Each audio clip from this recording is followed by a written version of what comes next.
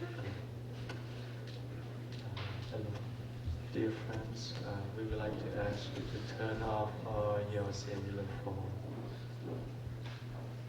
because it disturbs the sound. Thank you.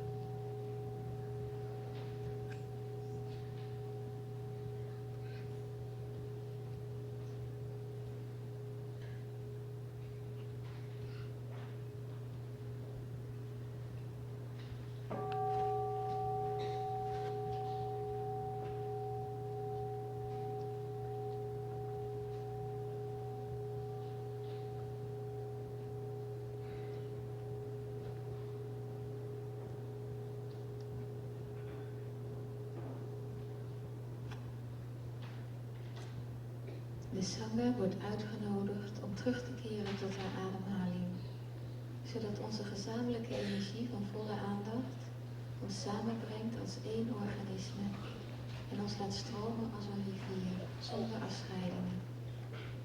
Laat de hele zanger ademen als één lichaam, zingen als één lichaam, luisteren als één lichaam, de grenzen van het denkbeeldig zelf doorbreken en ons bevrijden van het meerderwaardigheidscomplex, het minderwaardigheidscomplex en het gelijkwaardigheidscomplex.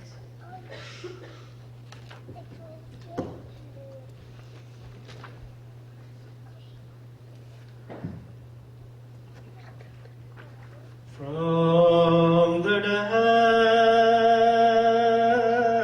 depths of understanding, the flowers are fragrance bloom. The Bodhisattva stands majestically upon the waves of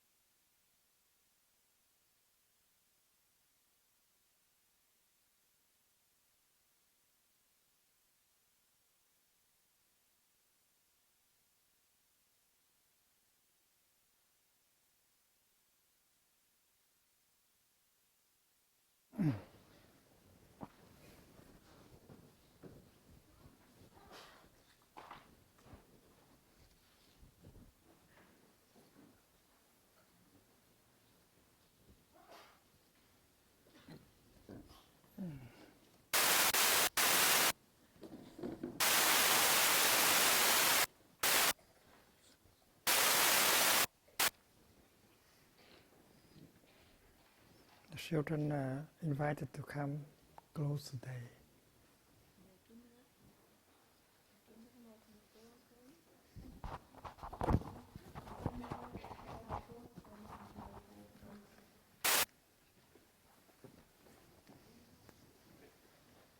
Cho nó ngồi đây này.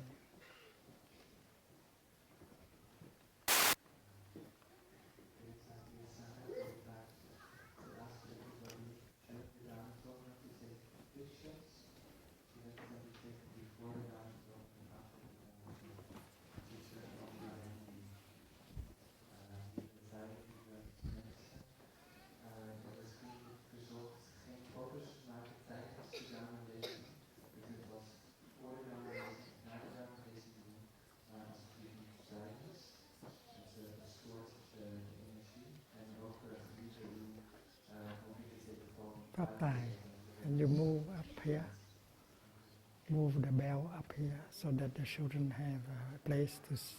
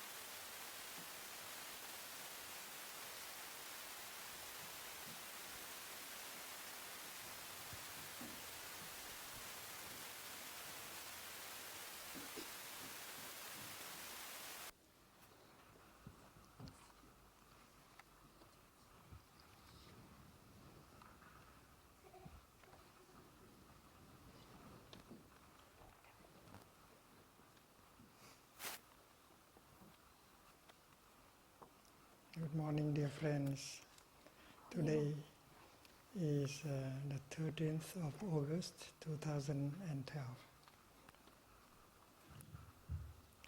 Goedemorgen, lieve vrienden. Vandaag is het 13 augustus 2012. And we are on our third day of the retreat, Body and Mind and One. En we zijn in de derde dag van de retraite.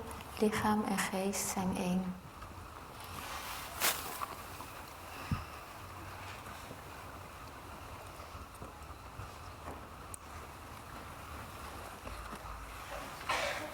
Yesterday we talked about the grain of corn and the plant of corn. Gisteren hebben we het gehad over de maïskool en het maïsplantje. I have brought with me a few seeds of corn. En ik heb hier een maïskorreltje. It's very tiny. Het is heel klein.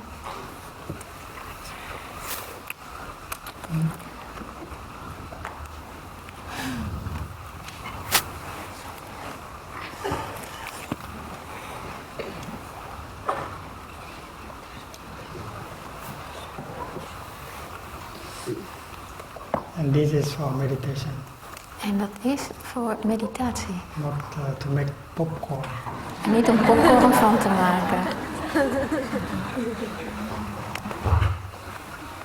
There will be enough for everyone.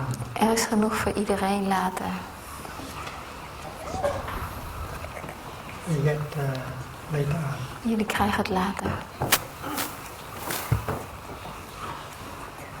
So when you look very carefully into the seed of corn, you can already see the plant of corn hidden inside. Dus als je heel goed naar dat maiskorreltje kijkt, dan zie je al dat de maisplant daarin verstopt zit.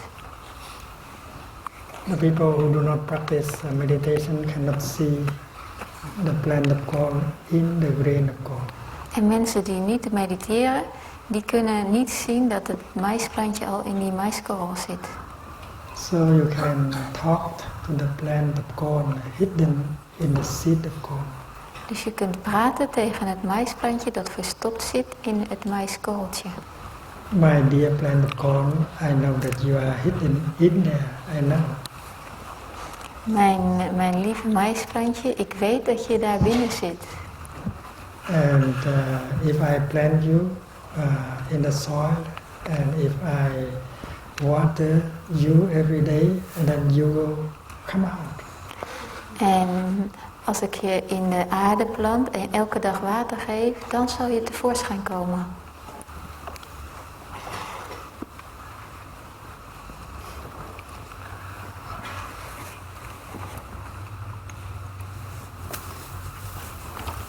The father or the mother is like a ear of corn. En de with many vader, seeds inside. de vader of de moeder is net als een maiskolf met heel veel maiskorreltjes erin. And one seed of this ear of corn is enough to bring out a whole plant of corn. En één korreltje van die maiskolf is genoeg om een hele maisplant tevoorschijn te laten komen. And the plant of corn can offer 2 or 3 years of corn like this one. En dat maisplantje kan ook in 2 of 3 jaren zo worden als deze maiskolf. So all of us were very tiny when we first begin in the womb of our mother. En we waren allemaal heel erg klein toen we begonnen in de baarmoeder van onze moeder. The seed that our father and our mother planted was even smaller, much smaller than this one. En het zaadje dat onze vader en moeder geplant hadden, dat is veel kleiner dan dat maiskorreltje. But most of us do not remember the time when we were a tiny seed. En de meeste van ons herinneren zich die tijd niet meer, dat we nog een heel klein zaadje waren. We need someone to remind us that at one time we were very tiny seed. We hebben iemand anders nodig om ons eraan te herinneren dat we eens een heel piepklein zaadje waren. And we have spent about 9 months in the womb of our mother. En we hebben ongeveer 9 maanden doorgebracht in de buik van onze moeder. It was very comfortable in there. Het was daar heel comfortabel van binnen. The weather was perfect. Het weer was perfect. The place where we dwelt was very soft. En de plaats waar we waren was heel zacht. And we did not have to worry about anything. En we hoefden ons nergens zorgen over te maken. We did not have to worry about the wind, the rain, the storm, because we were protected by our mother. We hoefden ons geen zorgen te maken om wind of regen of storm, want we werden beschermd door onze moeder. That place was the most beautiful place, better than any hotel.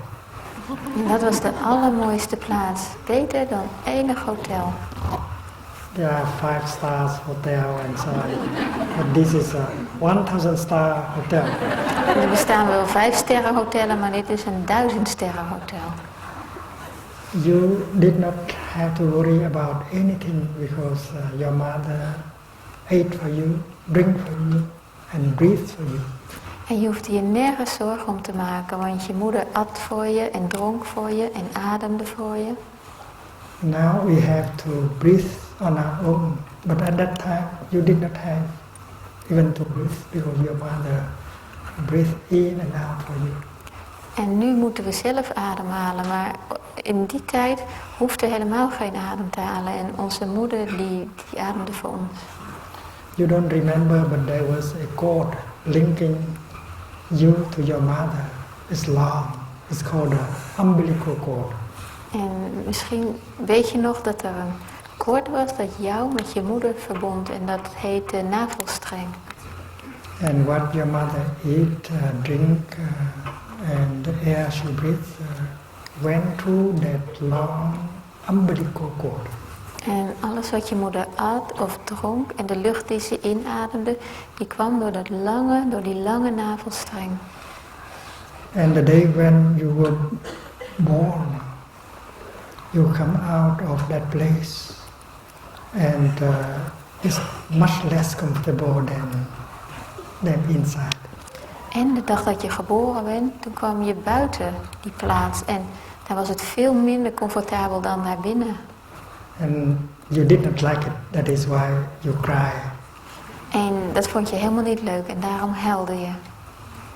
That place in the womb of your mother is called the uterus, but in China, in Vietnam, we have a beautiful name for it. We call it the palace of the child. En die plaats in de buik van je moeder, dat noemen we de baarmoeder. Maar in het Vietnamees en Chinees hebben we daar een veel mooier woord voor. We noemen het paleis van het kind. In Vietnamese, it is Tử Cung. It means the palace of the child. In het Vietnamees is het Tử Cung en dat betekent het paleis van het kind. You were linked to your mother with that umbilical cord. That is why when you were born, they had to cut the umbilical cord. En je zat aan je moeder vast met die navelstreng en daarom moesten ze die navelstreng doorknippen toen je geboren werd. Yeah, you can still touch your navel, and you know that is the place where they cut the umbilical cord. En je kan je navel aanraken en dan weet je dat dat de plaats is waar ze die navelstreng hebben doorgeknipt. And then you have to breathe in for the first time in your life. En toen moest je voor de eerste keer in je leven inademen. Your mother could not breathe for you anymore. You have to try to make your first in-breath. En je moeder kon niet meer voor je ademen en je moest proberen om je eerste inademing te doen. It was quite difficult for you because in your lungs there were still some liquid that prevent you to breathe in easily. En dat was best moeilijk voor je, want in je longen daar zat nog wat water. En dat zorgde ervoor dat je niet zo makkelijk kon inademen. You had to do some movement in order to get the liquid out, so that you can breathe in for the first time. Dus je moest een soort beweging maken om te zorgen dat die vloeistof eruit kon, zodat je voor de eerste keer kon inademen. And if you cannot do that, you will die. En als je dat niet zou kunnen doen, dan zou je doodgaan. But most of us manage well enough, so we took out, expelled the liquid from our lungs, and we took the first in-breath. En de meeste van ons zijn daar wel in geslaagd. En Die konden de vloeistof uit hun longen krijgen en de eerste adem naar binnen halen. And we have been breathing in and out since that time. En sinds die tijd ademen we altijd maar in en uit. And when you come to this retreat, you learn to breathe in and out again, but with mindfulness. En als je naar deze retraite komt, dan leer je weer in en uitademen, maar nu met aandacht. And when you breathe in, you know that you are breathing in. En als je inademt, dan weet je dat je inademt. And it's not as difficult as when you breathe in for the first time. It's so easy now and so pleasant also. En dat is niet zo moeilijk als die eerste ademhaling. Nu is het heel makkelijk en ook heel plezierig. You don't remember how difficult it was to breathe in for the first time. En je herinnert je niet meer hoe moeilijk het was om voor die eerste keer adem te halen. If you remember and then now you see that breathing in is so pleasant, it's so easy and you can enjoy breathing in. En als je dat herinnert, dan weet je dat het nu zo makkelijk is en dat je kan genieten van je inademing. And the practice here is that when we breathe in, we should enjoy our in-breath. En de beoefening hier is dat als we inademen, dat we proberen om te genieten van onze inademing. We do like this, breathing in. I enjoy breathing in. En we doen het zo. Ik adem in en ik geniet ervan dat ik inadem. And breathing out, I enjoy breathing out. En ik adem uit en ik geniet van het uitademen. Because it's not difficult at all. It's very pleasant to breathe in and breathe out. Want het is helemaal niet moeilijk. Het is heel fijn om in en uit te ademen. And most of the people, they don't enjoy breathing in, breathing out because they have forgot that how difficult it was when they tried to breathe in for the first time. En de meeste mensen genieten helemaal niet van hun in- en uitademing. En dat komt omdat ze zijn vergeten hoe moeilijk het was om voor de eerste keer adem te halen. In Bangladesh we have the practice of Pebble meditation. And with that practice we can breathe in such a way that we can become fresh and beautiful. En in Plum Village kennen we de beoefening van de kiezelsteenmeditatie. En met die beoefening leren we hoe makkelijk het is om in te ademen en fris en mooi te worden.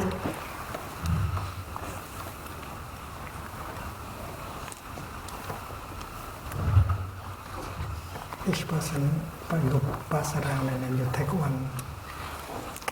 Je kunt het doorgeven en allemaal eentje uitpakken.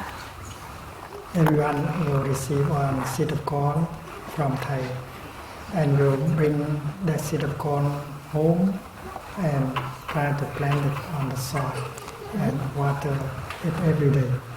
Iedereen krijgt een maiskorreltje van Thay en die kan je mee naar huis nemen en dan in de aarde planten en elke dag water geven. And when the seed of corn has become a plant of corn, remember to come and talk to it.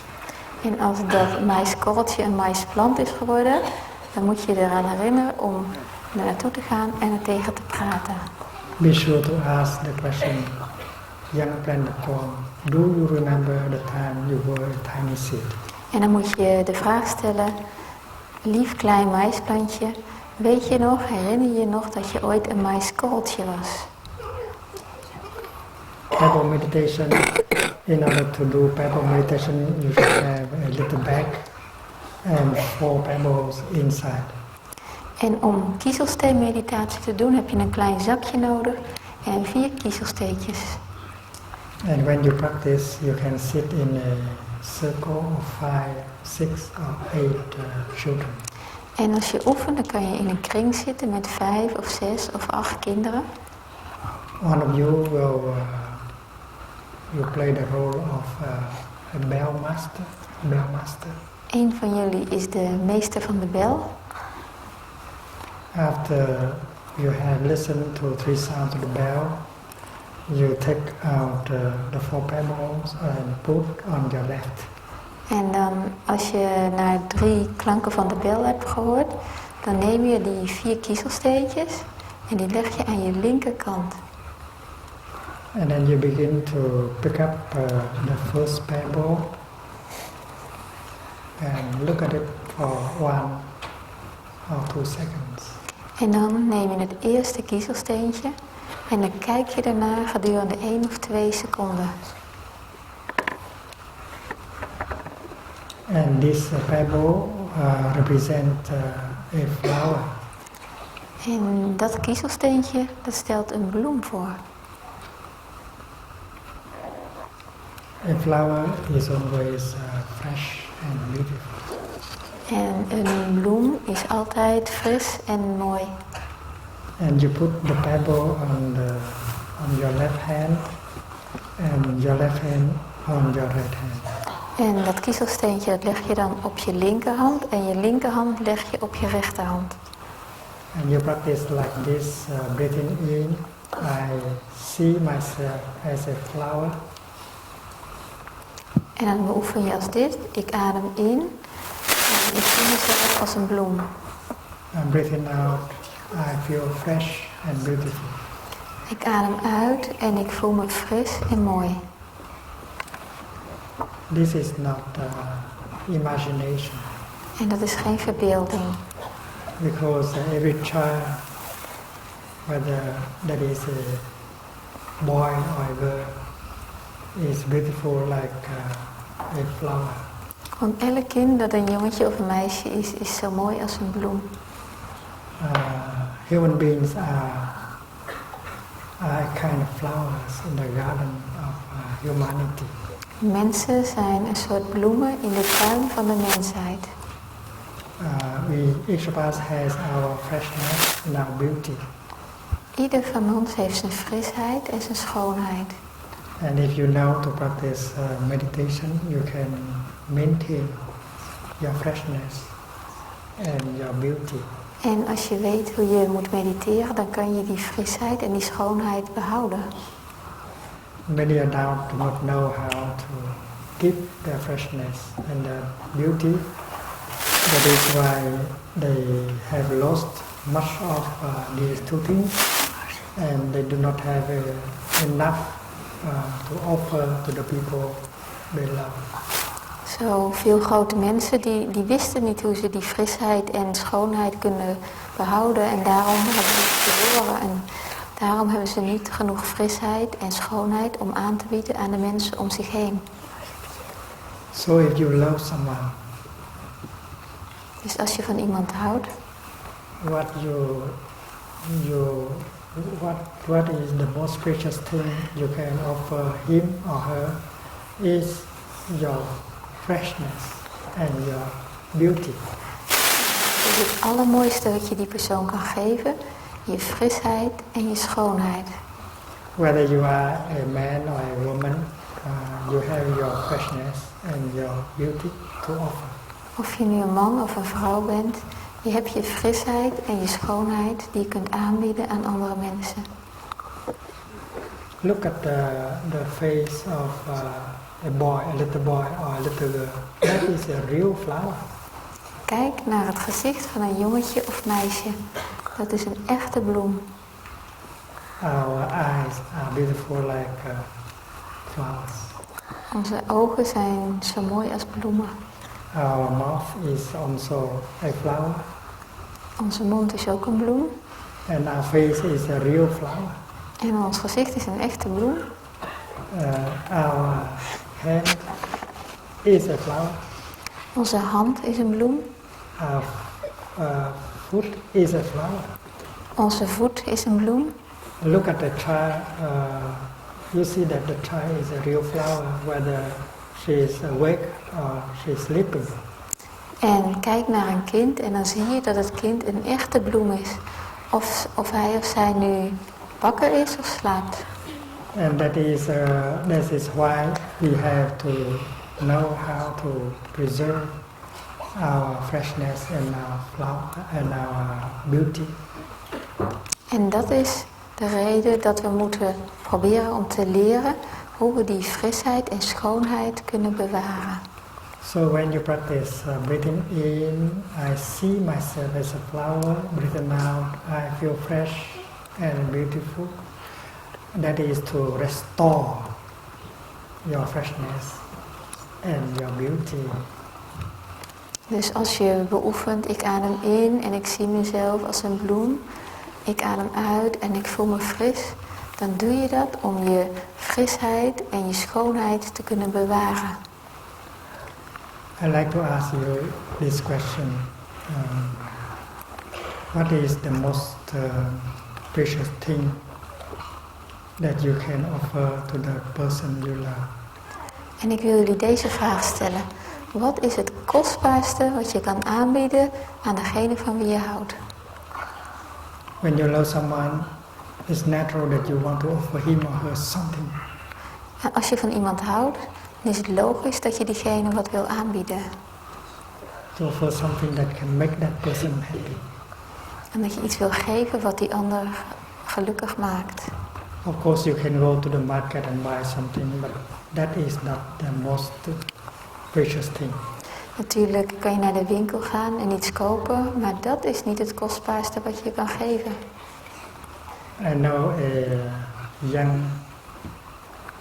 young man, 11-year-old.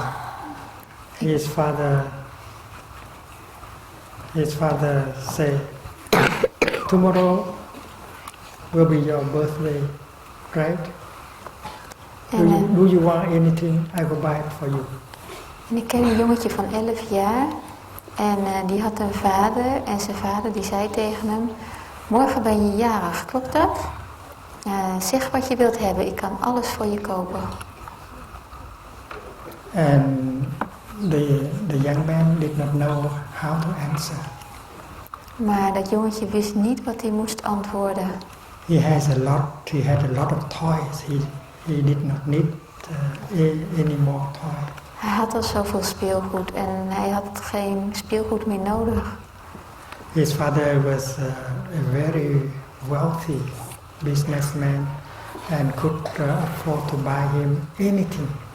Zijn vader was een rijke zakenman en die kon alles wat hij wilde voor hem kopen. But the boy did not seem to need anything. Maar het leek wel of dat jongetje helemaal niks nodig had. Even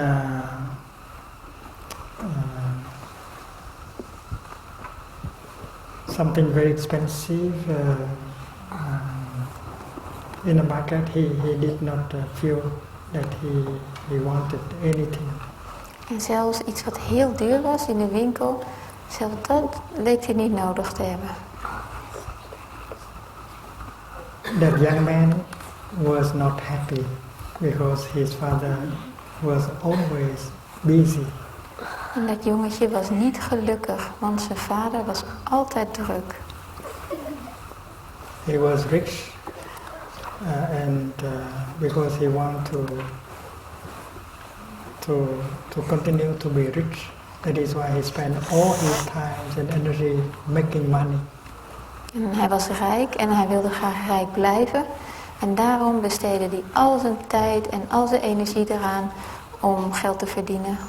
And his father did not have time for his mother and for him. En zijn vader had geen tijd voor zijn moeder en voor hem.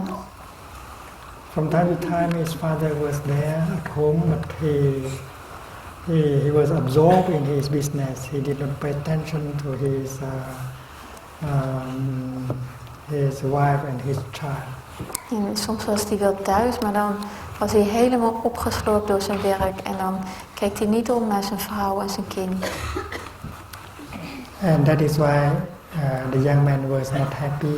He felt that he did not really have a father because his father was also very, very busy. En daarom was dat jongetje niet blij, want Hij had het gevoel dat hij geen vader had, want zijn vader had het altijd maar druk. After having thought a little bit about it, he suddenly found out what he needed.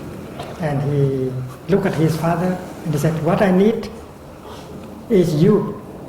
En toen hij er wat over na had gedacht, toen wist hij ineens wat hij nodig had. En hij keek zijn vader aan en hij zei, wat ik nodig heb, dat ben jij. What I need is you and not something you buy from the market. En wat ik nodig heb, ben jij en niet iets wat je in de winkel koopt.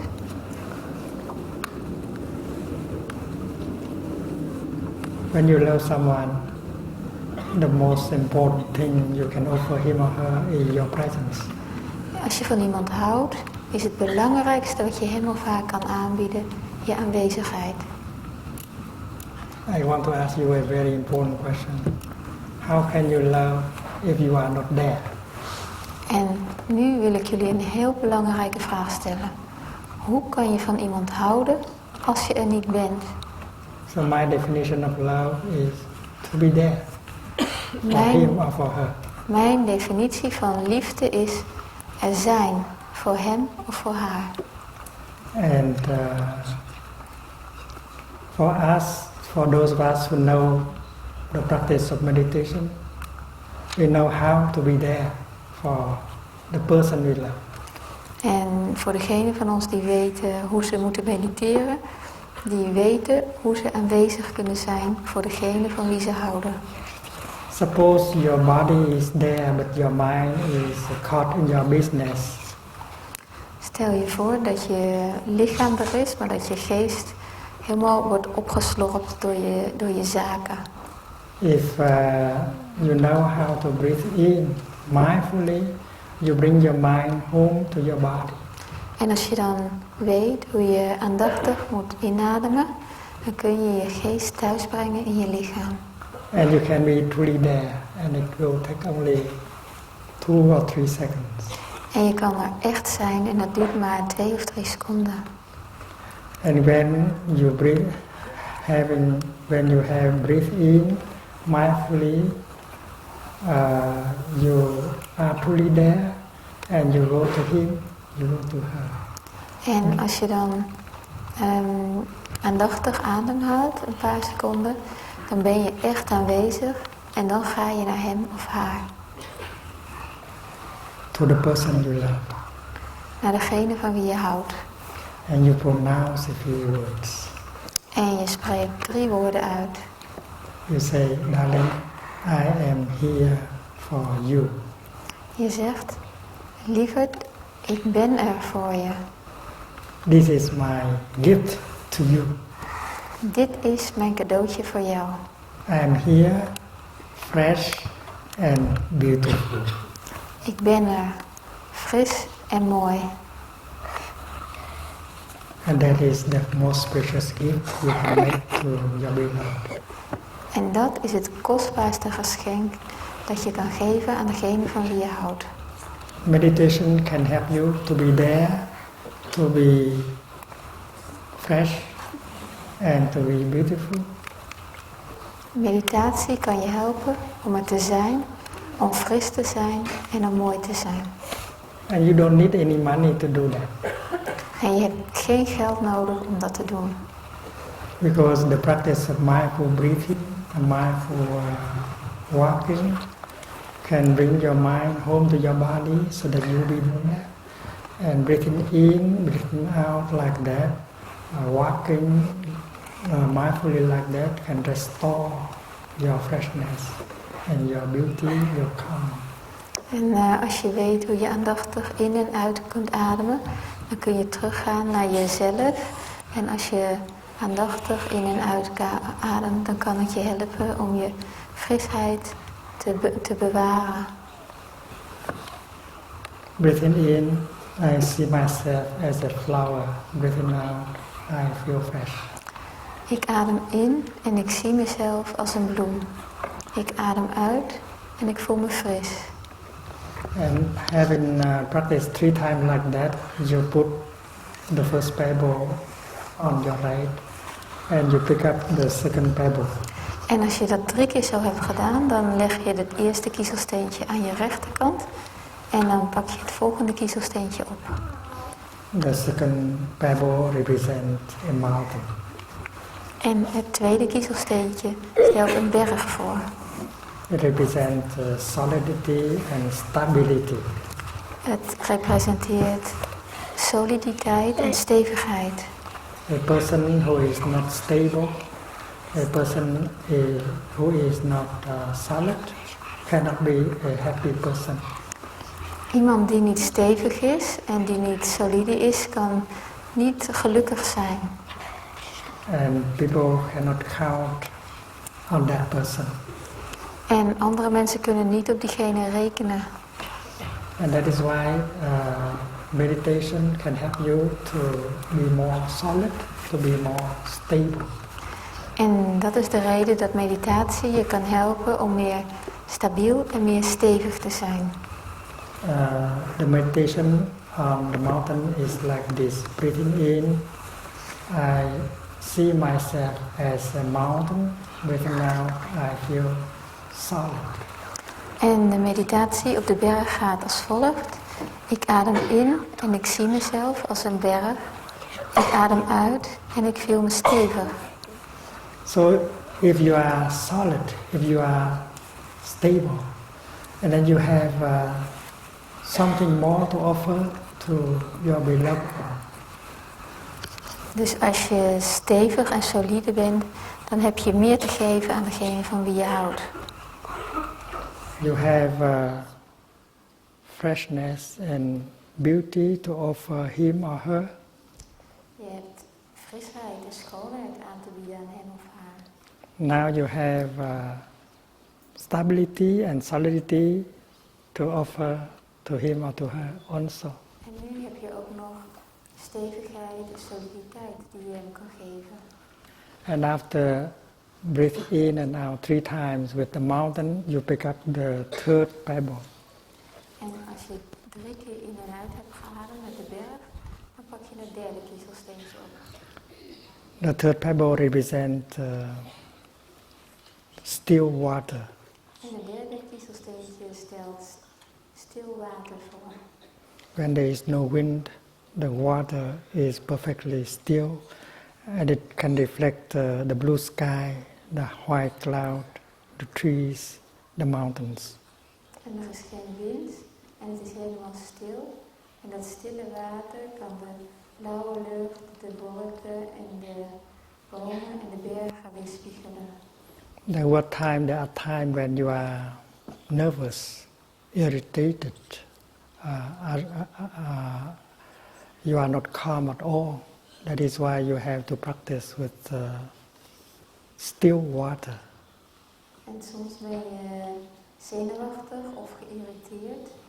En dan kan je helemaal niet rustig worden. En dan moet je oefenen met stil water. And practicing with the third pebble, you can restore your calm, your peace, and you have something more in order to offer to the people you love. En als je met dat derde kiezelsteentje oefent, dan kun je je kalmte en je vrede cultiveren. En dan heb je nog meer wat je kan geven aan de mensen om je heen. Breathing in, I see myself as still water. Breathing out, I reflect things as they truly are. Ik adem in en ik zie mezelf als stil water. Ik adem uit en ik weerspiegel de dingen zoals ze echt zijn. If you are angry, if you are not calm, you cannot see things clearly. You have a distorted image of reality. En als je boos bent, dan kun je de dingen niet helder zien en dan heb je een verwrongen beeld van de werkelijkheid. So with this meditation, you can restore your peace, your calm, and you have something precious to offer to your beloved one. En met deze meditatie kun je je vrede en je rust cultiveren. En dan heb je nog iets extra om aan te bieden aan degene van wie je houdt. When we see someone who is calm and peaceful, we like to come and sit close to him or to her. Als we iemand zien die rustig en vredig is, dan willen we heel graag naast die persoon komen zitten. So practicing mindful breathing, mindful walking, we can restore a lot of peace and calm into ourselves. And this is not only good for us, but for him, for her, the person we love. En als we oefenen met aandachtig ademhalen, dan kunnen we heel veel vrede en rust in onszelf krijgen. En dat is niet alleen goed voor onszelf, maar ook voor degene van wie we houden. The last pebble represents space, freedom. En het laatste kiezelsteentje stelt ruimte, vrijheid voor. Freedom from anger, freedom from despair, freedom from jealousy. Vrijheid van boosheid, van wanhoop, van jaloezie. And a person who has no freedom, no space, inside and around, cannot be a happy person. En iemand die geen vrijheid, geen ruimte heeft in zichzelf en om zich heen, dat kan niet een vrij persoon zijn. When you love someone deeply, you would like to offer him or her some freedom. Als je echt van iemand houdt, dan wil je hem of haar wat vrijheid geven. You don't want to impose on him or her your ideas, your views. En je wilt je ideeën en zienswijzen niet aan diegene opleggen.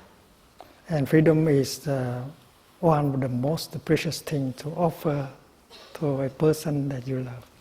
En vrijheid is een van de belangrijkste dingen die je kunt geven aan degene van wie je houdt. This pebble is to put a lot of space in your heart and in the heart of the person you love. En dit kiezelsteentje is ervoor om heel veel ruimte in je hart te creëren. Voor jezelf en voor degene van wie je houdt. Breathing in, I see myself as space. Breathing out, I feel free. Ik adem in en ik zie mezelf als ruimte. Ik adem uit en ik voel me vrij. The children love this pebble meditation, but many adults, they also like the pebble meditation. De kinderen die doen graag de kiezelsteenmeditatie, maar heel veel volwassenen die doen het ook graag. Remember, a flower, a mountain, still water, and space. Weet je nog? Een bloem, een berg, stil water en ruimte. And today you might like to try pebble meditation in small groups and report to us tomorrow or after tomorrow. En misschien willen jullie vandaag kiezeltjes meditatie doen in kleine groepjes. En dan kan je het aan ons vertellen hoe het was morgen of overmorgen. Remember, each person has to get a seed of corn. This is your homework. En denk eraan dat iedereen een maïskooltje moet krijgen. En dat is jullie huiswerk. And maybe in 1 month or 2 you will write a report to Thay and send to Thay. En misschien over 1 of 2 maanden dan schrijf je een verslag en dan stuur je dat naar Thay. And Sister Tang will translate it into English for Thay, your letters. En zuster Sanne zal het voor jullie voor Thay in het Engels vertalen. Report to Thay your conversation with the young plant of corn. En vertel aan Thay hoe je gesprek is gegaan met het kleine maïsplantje. And how you try to help the young plant of corn remember that at one time she was a very tiny seed. En vertel Thay wat je hebt gedaan om ervoor te zorgen dat dat maïsplantje zich herinnerde dat hij ooit een maïskorreltje was. So when you hear the small bell, please stand up and bow to the Sangha before you go out. En als we zo het geluid van de kleine bel horen, dan kunnen jullie opstaan en naar de Sangha buigen voordat je naar buiten gaat. Have a good time. Fijne tijd gewenst.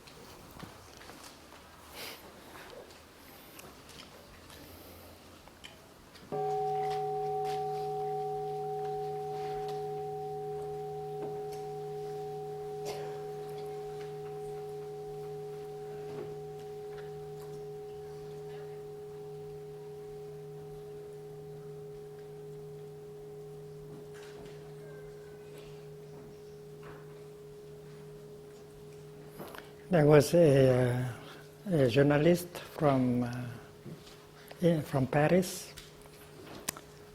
She came from a Catholic magazine called Témoignage Chrétien.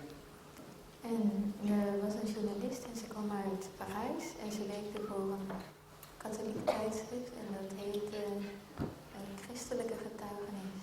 She was about 30 years old. Ze was ongeveer 30 jaar oud. And she wanted to come to Plum Village in order to write an article on the practice of mindfulness. En ze wou naar Plum Village komen om een artikel te schrijven over de beoefeningen van volle aandacht. And she came to the new hamlet of Plum Village and stayed with the nuns for a week. En ze kwam naar de New Hamlet in Plum Village en ze bleef een week bij de nonnen. And she went back to Paris after 1 week of practice, and she wrote a very good article on the practice in Plum Village. En na 1 week oefenen ging ze terug naar Parijs en ze schreef een heel goed artikel over de beoefening in Plum Village.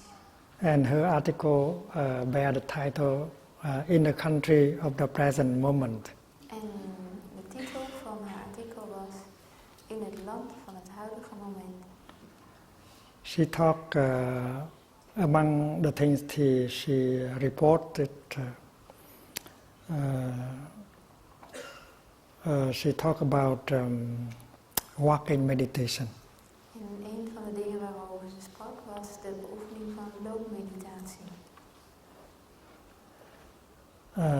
The day she arrived, she was instructed by the abbess, who gave her instructions as to how to enjoy walking meditation.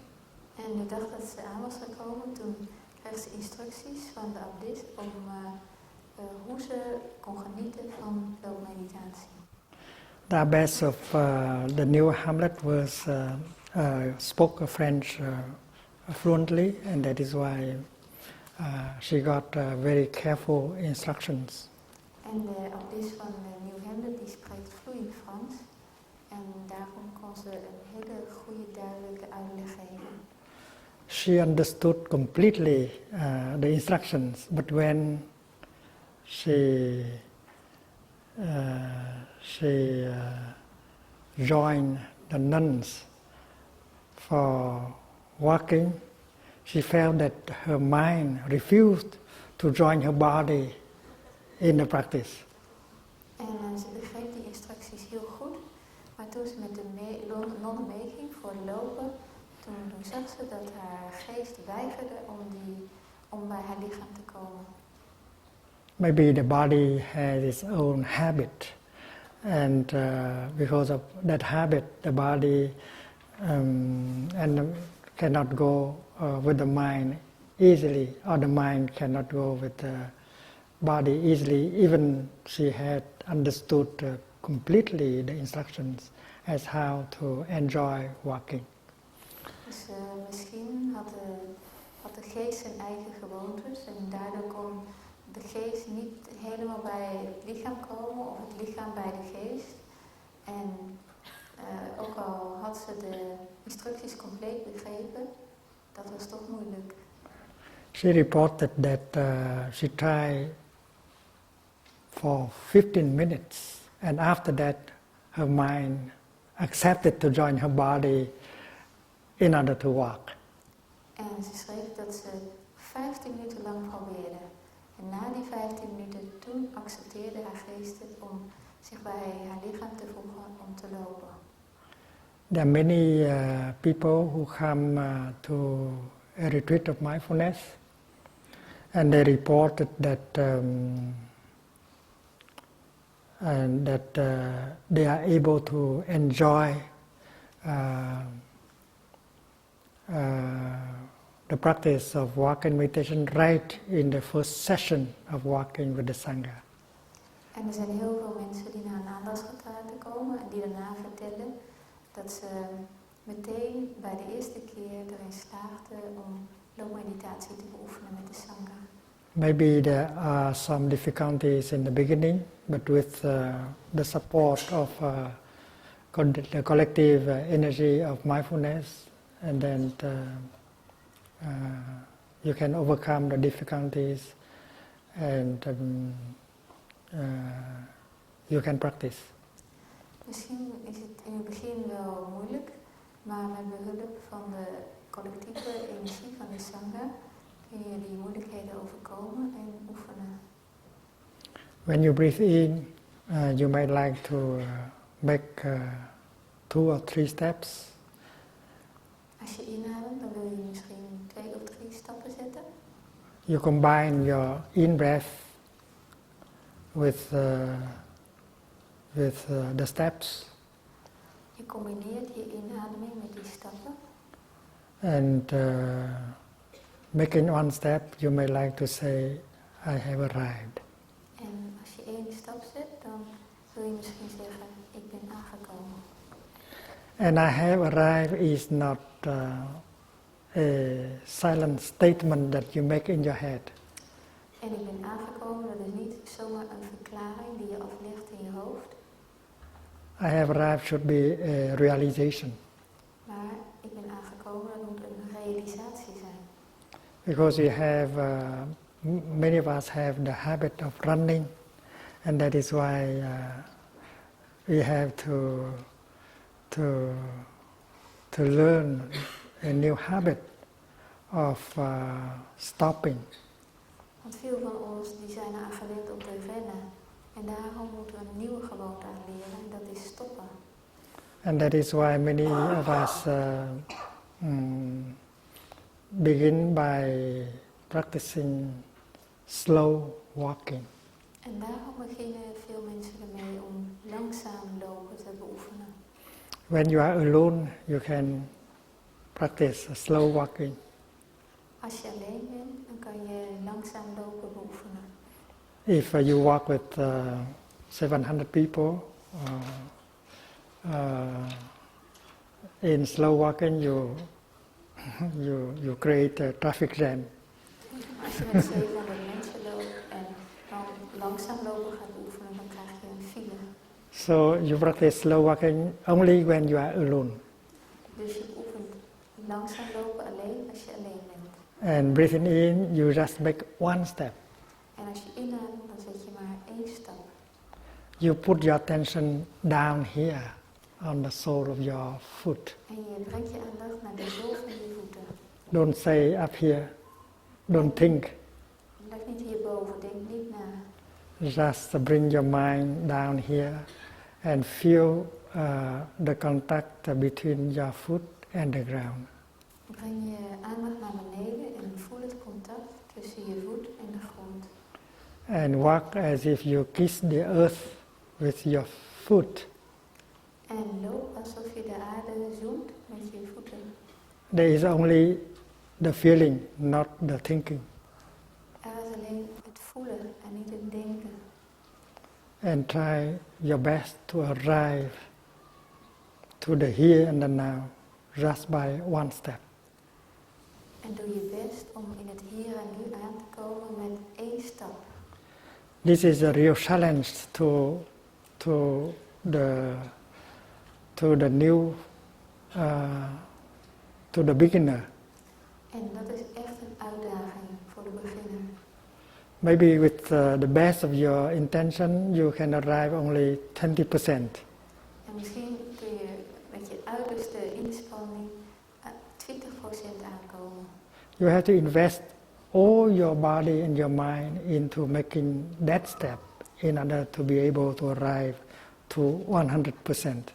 En je moet heel je geest en heel je lichaam gaan investeren om die stap te zetten en 100% aan te komen. And if you arrive 100% in the here and the now, you know it. En als je dan 100% in het hier en nu bent aangekomen, dan weet je dat. And if you have not arrived to 100%, don't make another step. En als je niet 100% bent aangekomen, zet dan niet nog een stap. Stay in that position and breathe in and out until you feel that you have arrived to 100% in the here and the now. Blijf in die positie en ga net zo lang door totdat je 100% bent aangekomen in het hier en nu. And when you have arrived truly, you smile. En als je echt bent aangekomen, dan glimlach je. A smile of victory. Een glimlach van overwinning. And then you make another step. En dan zet je nog een stap. I have arrived, I am home. Ik ben aangekomen, ik ben thuis. We have to train in order to succeed. En we moeten oefenen om te kunnen slagen. And if we do not succeed in the first few minutes, don't be discouraged. En als het in de eerste paar minuten niet lukt, wees dan niet ontmoedigd. That lady from témoignage chrétien, she succeeded after 15 minutes of trying. Die mevrouw van dat tijdschrift, die slaagde erin na 15 minuten oefenen. And slowly you build up the habit of mindful walking, and every step can help with the healing and nourishment. En langzaam bouwen we de beoefening van het aandachtig lopen op. En dat kan dan bijdragen tot genezing en voeding. And when you walk from the parking lot to the office where you work, you can enjoy every step like that, walking in the kingdom of God, walking in the kingdom of the here and now. En als je van een parkeerplaats naar je werk loopt, dan kan je op die manier lopen en genieten van elke stap. Je loopt in het koninkrijk van God. Je loopt in het koninkrijk van het hier en nu. We can arrange so that from the parking lot to the workplace, we have enough time to enjoy every step. En we kunnen het zo regelen dat we in die tijd dat we lopen van de parkeerplaats naar het kantoor of de werkplaats, dat we genoeg tijd hebben om elke stap te genieten. Every time you climb the stairs to your bedroom, or you climb down, you can always walk like that and enjoy every step. Dus elke keer als je de trap oploopt naar je slaapkamer of je loopt naar beneden, dan kun je het doen op die manier en je kunt genieten van elke stap. It is always possible to make every step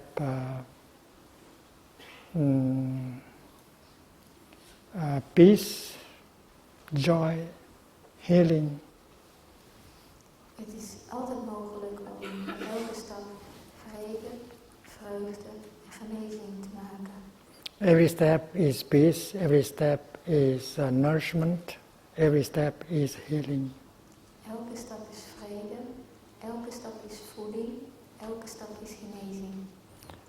And like that, we don't have to set aside time to do walking meditation, because anytime we need to go to one place to another, we can always apply the practice of mindful walking. En op die manier hoeven we niet aparte tijd programmeren voor loopmeditatie. Want elke keer als we van de ene plaats naar de andere plaats lopen, kunnen we gebruiken om loopmeditatie te beoefenen. When you come to Plum Village or when you come to a retreat like this, you are supported by the collective energy of the Sangha, because everyone is trying to do the same, and you can succeed easily. Als je naar Plum Village komt of naar een retraite zoals deze, dan word je gesteund door de collectieve energie van de Sangha en dan kan je makkelijk slagen. And walking mindfully, you stop thinking, you do not talk, and every step can be very deep, every step can be peaceful and healing. En als je aandachtig loopt en je denkt niet en je praat niet, dan kan elke stap heel veel vrede en genezing brengen.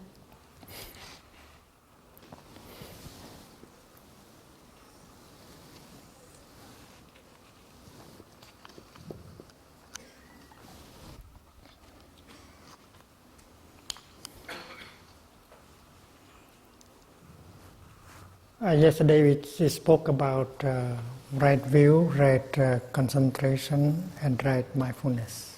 Gisteren hebben we het gehad over de juiste zienswijze, de juiste concentratie en de juiste aandacht. We also spoke about right thinking, We hebben het ook gehad over het juiste denken, right speech, het juiste spreken, right action, en het juiste handelen. right livelihood, Het juiste levensonderhoud.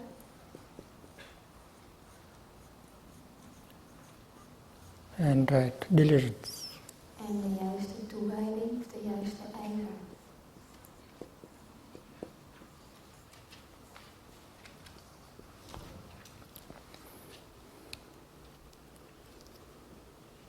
We need to talk a little bit about right diligence. En nu moeten we het een beetje gaan hebben over de juiste toewijding, de juiste ijver. Sometimes we use the term right effort to translate, Soms vertalen we het met de juiste inspanning. but I believe that diligence is a better word. Maar wij geloven dat toewijding een beter woord is. The practice of right diligence is a very concrete. De beoefening van de juiste toewijding is heel concreet.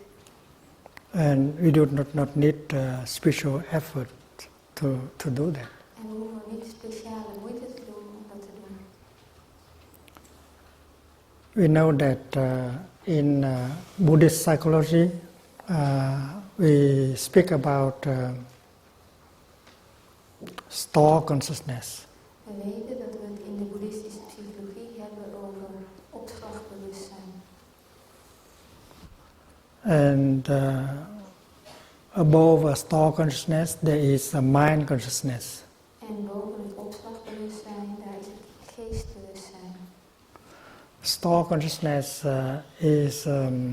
has the capacity to preserve all information that we have got. En het opslagbewustzijn, dat heeft het vermogen om alle dingen die we hebben ontvangen te bewaren. And there are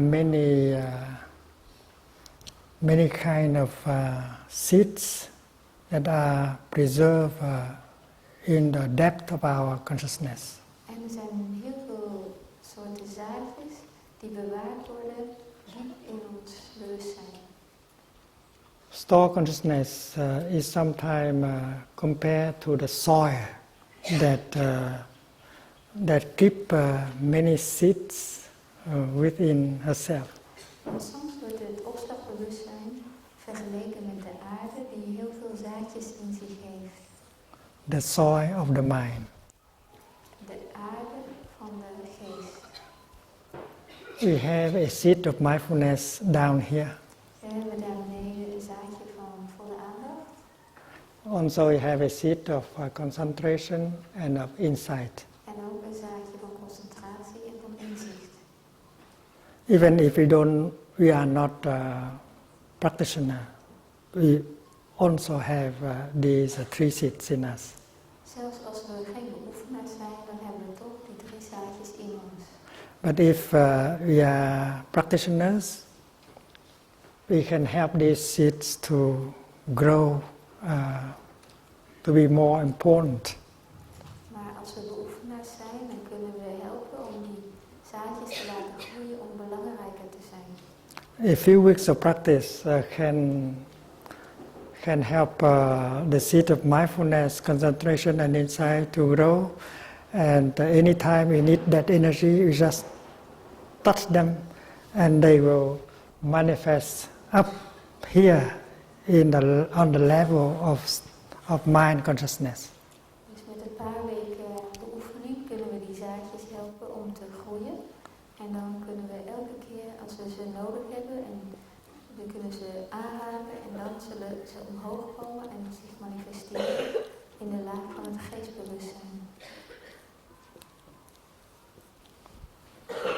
So down here we call it a seed. The Sanskrit is bija.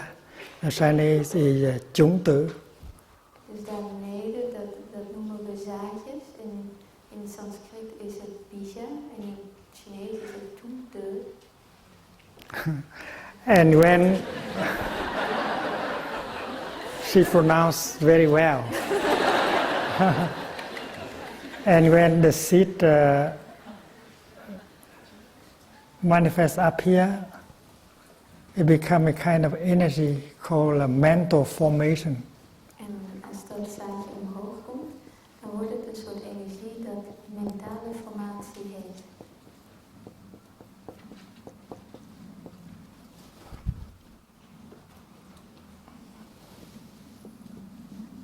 Tâm hành.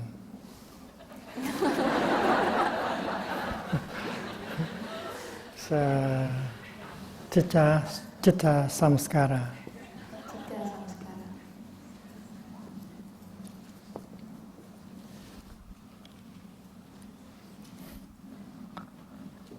And as a practitioner, we can invite the seed of mindfulness or concentration or insight to come up anytime we want.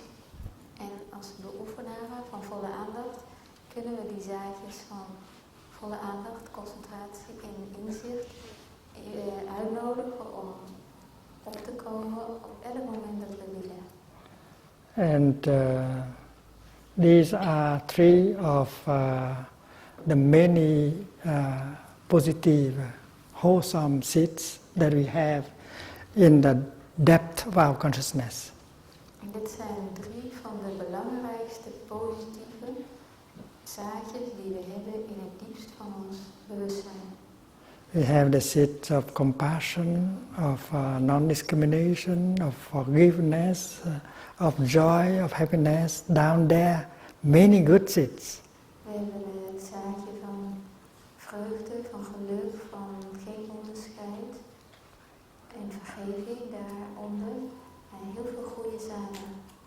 And the practice of mindful breathing can help touch these beautiful seeds down there so that they have more chance to manifest on the upper level of our consciousness. En de beoefening van meditatie die kan ons helpen om die goede zaden uit te nodigen, zodat ze meer kans hebben om zich te manifesteren op de bovenste verdieping van ons bewustzijn. And there are seeds that are considered to be unwholesome, like the seed of anger, the seed of fear, the seed of despair. En dan zijn er zaadjes die geacht worden om niet goed te zijn, zoals de zaadjes van boosheid, van angst en van wanhoop. Every one of us has a seed of anger down here. Iedereen van ons heeft een zaadje van boosheid daar beneden. And if we do not practice right diligence, the seed of anger will be touched several times a day and become more and more important. En als we niet de juiste toewijding beoefenen, dan wordt dat zaadje van boosheid verschillende keren per dag aangeraakt en wordt meer belangrijker en belangrijker. That person 10 years ago, he was not as angry as today, because during the past 10 years, his seed of anger has been watered several times a day. En die persoon die was 10 jaar geleden niet zo boos als die tegenwoordig is, maar dat komt omdat sinds die tijd het zaadje van boosheid verschillende keren per dag water heeft gekregen. So in the last 10 years, he has been exposed to many kind of watering. That is why his seed of anger has grown into a very important seed. En dat komt doordat de afgelopen 10 jaar dat hij is blootgesteld aan heel veel situaties dat het boosheidszaadje water heeft gekregen en daarom is het nu een heel belangrijk zaadje geworden. And every time the seed of anger is water, is touched, it manifests here, and it makes us suffer, and it make the other person suffer also. En elke keer als dat zaadje water krijgt, wordt aangeraakt, en komt het zaadje op en dan openbaart het zich daarboven en dan laat het ons leiden en het laat ook de andere persoon leiden. So the practice of right diligence has 4 aspects. Dus de oefening van de juiste toewijding heeft 4 onderdelen.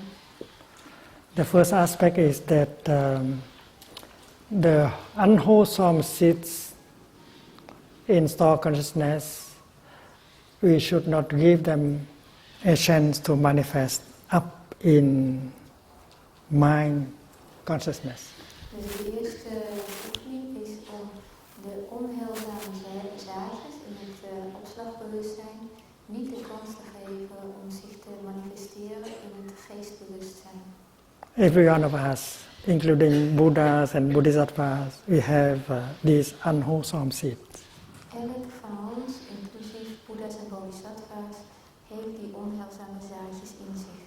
But in the people who know the practice, like the Buddha, Bodhisattvas, and many of us, we practice in such a way that these unwholesome seeds do not have a chance to manifest in our daily life. Maar de mensen die de beoefening kennen, die oefenen zo dat die onheilzame zaadjes niet de kans hebben om op te komen in ons dagelijks leven. Because you know that if they manifest up there, we suffer and we will make our beloved one suffer also. Want we weten dat als we de kans krijgen om op te komen, dat we dan lijden en dat het ook onze geliefden doet lijden. So we should discuss with our partner about this practice. Dus we moeten met onze partner over deze beoefening praten. We can tell her, we can tell him, darling, you know I have these seeds in me. En je kan hem of haar vertellen, lieverd, je weet dat ik die zaden in me heb. If you truly love me, and then please refrain from watering these seeds in me. En als je echt van me houdt, zorg er dan voor dat je die zaadjes in mij niet water geeft. Because if you water the seed of anger and jealousy and fear in me, I will suffer and you will have to suffer also. Want als je die zaadjes van boosheid en jaloezie en angst in mij water geeft, dan lijd ik en jij zal ook lijden. And I vow to do that also. I vow from now on I will not say or do anything to touch off the seed of anger and jealousy in you. En ik zal hetzelfde doen. Ik beloof dat ik van nu af aan die zaadjes van boosheid en jaloezie in jou geen water meer zal geven. I promise you that from now on I will not water this seed in myself and in you. Ik beloof dat van nu af aan ik deze zaadjes in mij en in jou geen water meer zal geven. And I would like you to make the same kind of commitment not to water this seed in you by yourself and this is in me. En ik wil van jou ook vragen om dezelfde commitment te maken om die zaadjes in jou en in mij geen water te geven. This peace treaty, this happiness treaty can be signed by partners. En dit vredesverdrag, dit geluksverdrag, kan worden ondertekend door de partners. And it could be signed also by father and son and daughter, mother and son and daughter also. En het kan ook worden gedaan door vader en zoon of dochter en moeder en zoon of dochter. Because even Buddhas and Bodhisattvas, they do have these negative seeds in them. Want zelfs Boeddha's en Bodhisattva's hebben die negatieve zaadjes in zich. That is the first point of practice. En dat is het eerste punt van de oefening.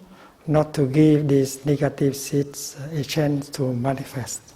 Die negatieve zaadjes niet de kans geven om op te komen. And if they do not have a chance to manifest, and then they become weaker and weaker.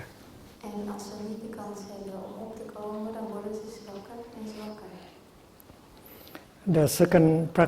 The second aspect of the practice is that if by chance one of these negative seeds come up, and then try your best to invite that seed to go back to the original place down there.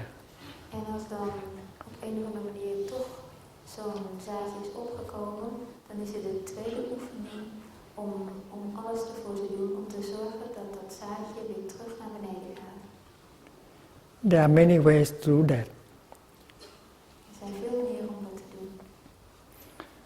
First of all, if a seed of anger come up, and then we can ask the seed of mindfulness to come up in order to take care. Het eerste wat we kunnen doen is, als het zaadje van boosheid omhoog is gekomen, het zaadje van volle aandacht uit te nodigen om op te komen en ervoor te zorgen. This we have already learned yesterday. Dat hebben we gisteren al geleerd. When there is the energy of pain, we invite the energy of mindfulness to come in order to recognize and to embrace. Dus als de energie van pijn aanwezig is, dan nodigen we de energie van volle aandacht uit om het te herkennen en te omarmen. And if we know how to use the energy of mindfulness to embrace the energy of pain, we will get a relief, and it may help that to go down to its original place here in store consciousness. En als we die energie van volle aandacht hebben uitgenodigd om die pijn te omarmen, dan zal dat verlichting brengen en dan zal het helpen om dat zaadje van boosheid of van pijn weer terug te laten gaan naar zijn plaats in het opslagbewustzijn. Or we might invite a seed of the opposite nature to come up. Of we kunnen een zaadje van die de tegenovergestelde aard heeft uitnodigen om op te komen. Because we have a seed of anger, but we have also a seed of compassion down there. Want we hebben een zaadje van boosheid in ons, maar we hebben ook een zaadje van mededogen in ons. And if we know how to invite the seed of compassion up there, the seed of anger will go down right away. En als we weten hoe we dat zaadje van mededogen kunnen uitnodigen om op te komen, dan zal dat zaadje van boosheid meteen naar beneden gaan. And it is like we have many compact discs with all kind of musics. Het is alsof dat we vele cd's hebben met allerlei soorten muziek. And if that piece of music does not please us, and then we have to change the CD. En als we dat stukje muziek niet leuk vinden, dan moeten we een andere cd opzetten. Why do we have to continue to listen to that music that does not please us? Waarom moeten we blijven luisteren naar de muziek waar we niet van houden? We have plenty of good things down there. We should invite them to come up and replace this CD. We hebben genoeg goede dingen daar beneden en die moeten we uitnodigen om op te komen en om deze cd in plaats te komen van deze cd. And a good practitioner is capable of changing the CD anytime she wants. En een goede beoefenaar is in staat om de cd te vervangen op elk moment dat ze wil. And a good practitioner can also help the other person to do the same. En een goede beoefenaar kan ook de andere persoon helpen om hetzelfde te doen. When you see the other person dominated by a feeling of anger or despair or irritation, you may say something or do something to help another mental formation, another seed, another bija to come up in order to replace the present mental formation. Als je ziet dat die andere wordt overweldigd door een boosheid of een ander gevoel, dan kun je die persoon helpen om door een ander zaadje, een bija, mentale formatie die daaronder aanwezig is, uit te nodigen om op te komen. So the second aspect of the practice of true diligence, right diligence, is to change, to help the mental formation to go back as a seed as quickly as possible. Dus de tweede oefening van de juiste toewijding is om te veranderen, om te helpen, om dat zaadje te helpen om weer naar beneden te gaan, zo snel mogelijk. And we know that this is not an act of suppression or covering up. It is an act of changing. En we weten dat dat niet een geval is van onderdrukking of toedekken, maar een geval van veranderen. And in a relationship, a practitioner can always help the other person to change her or his CD. En in een relatie kan je altijd de andere persoon helpen om zijn of haar CD te vervangen. So there are 51 categories of mental formations. En er zijn 51 categorieën van mentale formaties. And when I was a novice monk, I had to memorize all these 51. En toen ik een novice monnik was, toen moest ik ze allemaal uit mijn hoofd leren. And when any of them manifest, I should be able to recognize that mental formation and call it by its true name. En als een van die zaadjes opkomt, dan moest ik in staat zijn om die mentale formatie te herkennen en bij zijn ware naam te noemen. Yesterday we described the practice as simple, mere recognition of the mental formation. En gisteren hebben we die beoefening beschreven als eenvoudige herkenning van de mentale formatie. The third aspect of the practice is that the good sits down there.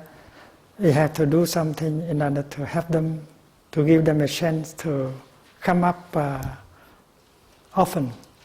En het derde aspect van de beoefening is dat we die goede zaden die zich daar bevinden moeten helpen om zo vaak mogelijk op te komen. When the seed of joy or compassion arises here, it makes the landscape of the mind beautiful, pleasant. En als het zaadje van vreugde en mededogen opkomt, dan maakt het landschap van de geest mooi en plezierig. And that is what we learned yesterday about the fifth and sixth exercise of mindful breathing. En dat is wat we gisteren hebben geleerd over de vijfde en de zesde oefening van de bewuste ademhaling. Breathing in, I bring about, I generate a feeling of joy. Breathing in, I generate a feeling of happiness. Ik adem in en ik wek een gevoel van vreugde op. Ik adem in en ik wek een gevoel van geluk op.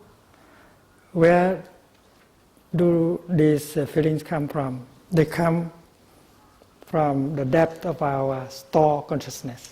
Waar komen die gevoelens vandaan? Ze komen uit de diepte van ons opslagbewustzijn.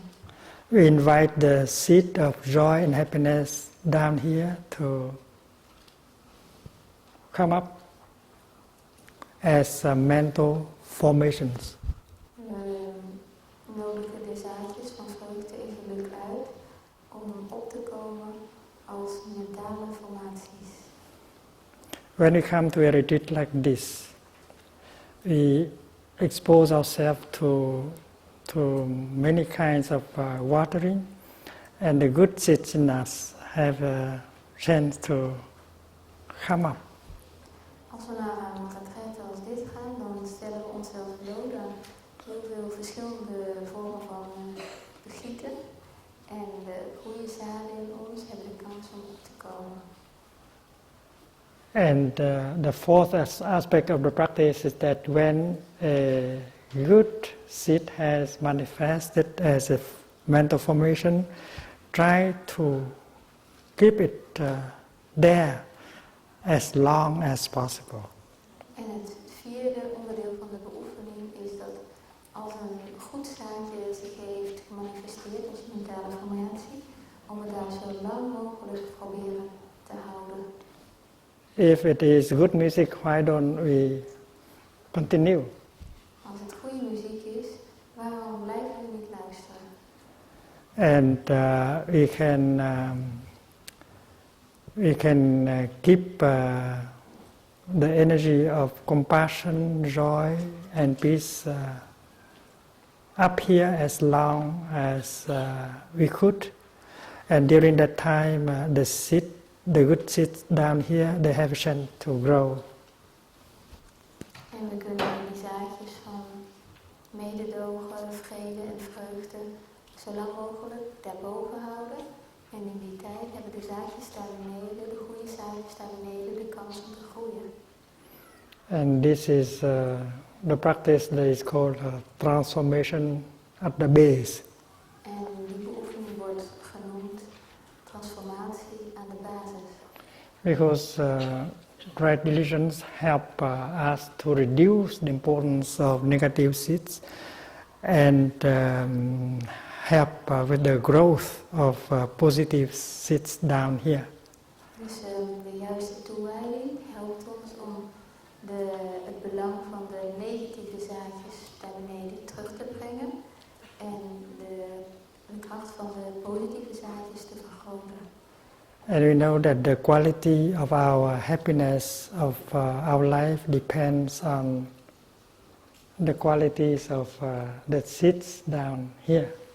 En we weten dat de kwaliteit van geluk in ons leven afhangt van de kwaliteit van de zaadjes daar beneden. When you have a good friend visiting, you would like to keep him or her as long as possible in your living room. Als je een goede vriend op bezoek hebt, dan wil je die zo lang mogelijk in je huiskamer houden. Because the presence of such a friend brings a lot of happiness. Want de aanwezigheid van zo'n vriend brengt veel geluk. So we do the same with, in the case that a good mental formation is manifest here, and that is the fourth aspect of the practice. Keep it up there as long as possible. Dus dat is het geval als er een goed zaadje daarboven is, zich heeft gemanifesteerd, dan is het de vierde oefening om het daar zo lang mogelijk te houden. And we can always discuss this strategy, this practice with our partner. En deze beoefening, deze strategie kunnen we altijd met onze partner bespreken.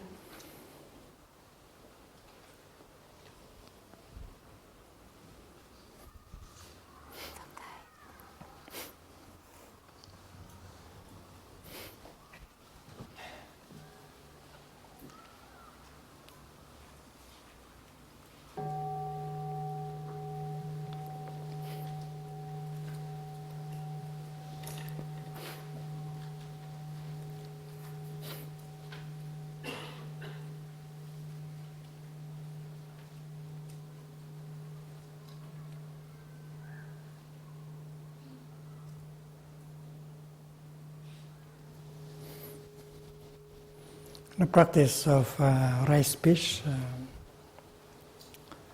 should go together with the practice of deep listening. De beoefening van het juiste spreken zou samen moeten gaan met de beoefening van diep luisteren. If you really care for that person, you have to listen to him, to her, in order to understand, to see the suffering in him or in her. Als je echt om iemand geeft, dan zou je in staat moeten zijn naar hem of haar te luisteren om het lijden in hem of haar echt te begrijpen. And you have to observe also, because a person might not be able to tell you his or her deepest kind of suffering. En je moet ook goed observeren, want misschien is die persoon niet in staat om jou zijn diepste lijden te vertellen. Even if you are able to use loving speech, even if you are ready to listen to him or to her, it's still difficult for him or for her to tell you what is deep in his heart.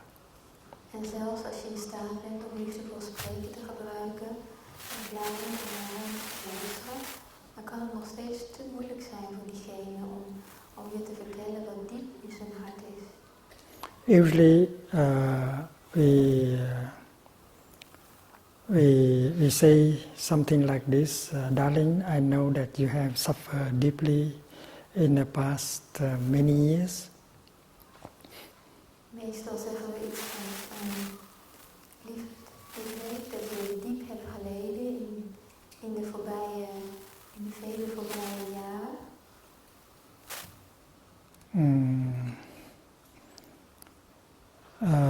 And I have not been able to help you to suffer less. En ik ben niet in staat geweest om je te helpen om minder te lijden.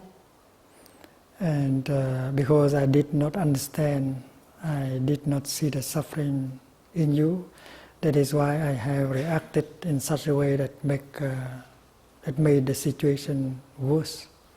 En omdat ik het niet heb begrepen, omdat ik het lijden in je niet heb gezien, heb ik op een manier gereageerd die ervoor heeft gezorgd dat de situatie erger is geworden.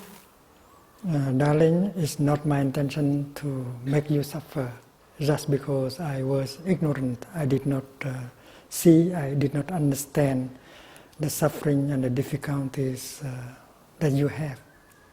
Lieverd, het is niet mijn bedoeling om je te laten lijden, maar het kwam doordat ik het niet wist, omdat ik niet in staat was om de moeilijkheden die in je waren te zien en te begrijpen. I don't want to make that mistake again. En die vergissing wil ik niet nog eens maken. I do not want to react the way I have reacted in the past. En ik wil niet blijven reageren zoals ik heb gereageerd in het verleden. But I need your help. Maar ik heb je hulp nodig, je hulp nodig. You should tell me what is in your heart, your difficulties, your suffering. Je moet me vertellen wat je in je hart hebt. Je moeilijkheden, je lijden. And if I understand, I will not react like the way I did in the past. En als ik het begrijp, dan zal ik niet zo reageren zoals ik dat in het verleden deed. If you don't help me, who will? Als jij me niet helpt, wie kan me dan helpen? That is what we call love and speech. En dat is wat we noemen liefdevol spreken. And even that love and speech is still difficult for him or for her to tell you the truth. En ondanks dat je dat liefdevol spreken gebruikt, dan is het nog steeds moeilijk voor hem of haar om je de waarheid te vertellen.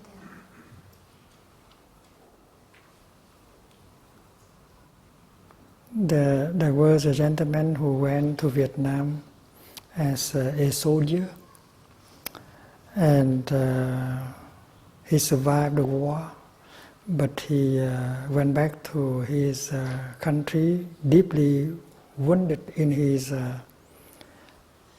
mind, in his soul. En er was een man en die ging naar Vietnam als soldaat en hij overleefde de oorlog, maar hij ging terug naar zijn land met diepe wonden in zijn geest, in zijn ziel.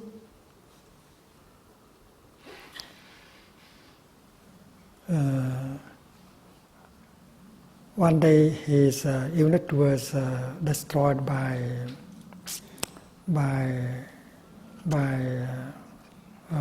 the guerrillas in a small village. En op een dag werd zijn eenheid vernietigd door de dorpelingen in een klein dorpje. And many of his close friends in the unit was killed in an ambush. En veel van zijn kameraden werden gedood in een hinderlaag.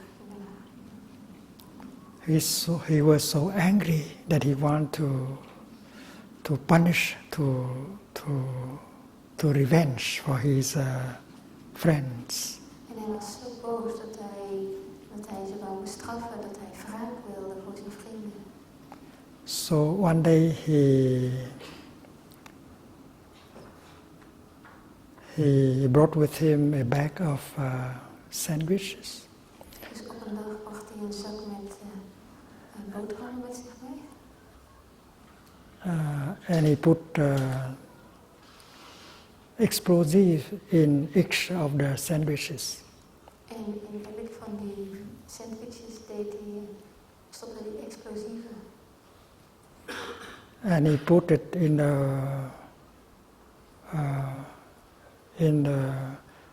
the gate of the village, and he hid it himself, the village where his unit was ambushed.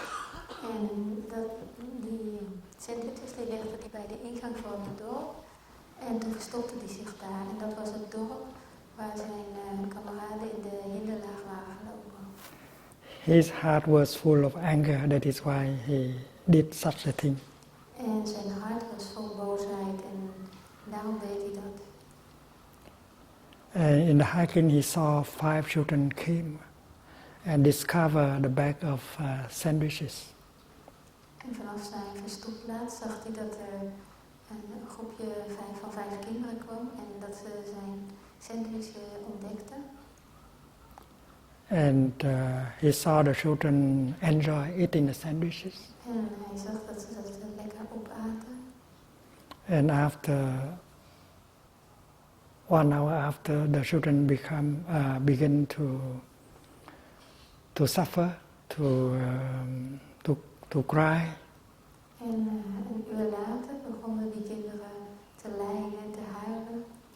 And their parents came in and tried to help. En hun ouders kwamen en probeerden ze te helpen. And the soldier knew that there's no way to help the children because the hospital, the nearest hospital would take one day to travel to. En de soldaat wist dat er geen enkele manier was om die kinderen te helpen, want het dichtstbijzijnde ziekenhuis lag op 1 dag reizen afstand.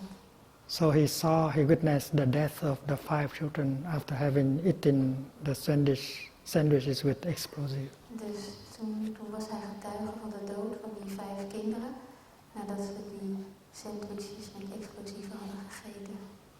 And he brought that image back to America, and he lived that. It became a nightmare, day and night. En dat beeld bracht hij mee terug naar Amerika en het werd een nachtmerrie voor hem, dag en nacht. He did not dare to tell the story to anyone. Maar hij durfde dat verhaal aan niemand te vertellen. One day he was able to tell it to his mother. Maar op een dag kon hij het aan zijn moeder vertellen. And his mother did not know how to help him.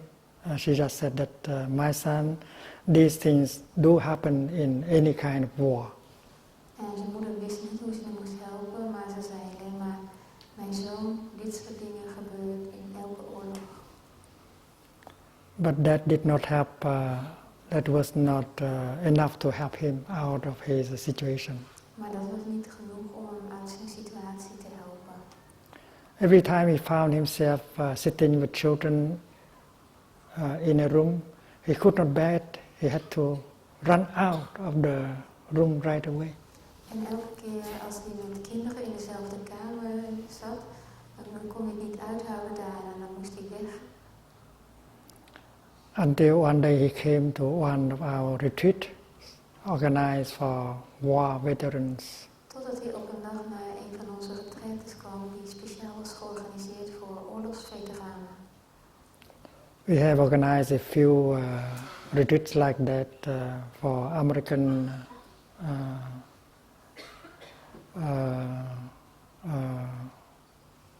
Vietnam War veterans. We hebben een paar van dat soort retraites georganiseerd voor Amerikaanse Vietnamoorlogsveteranen.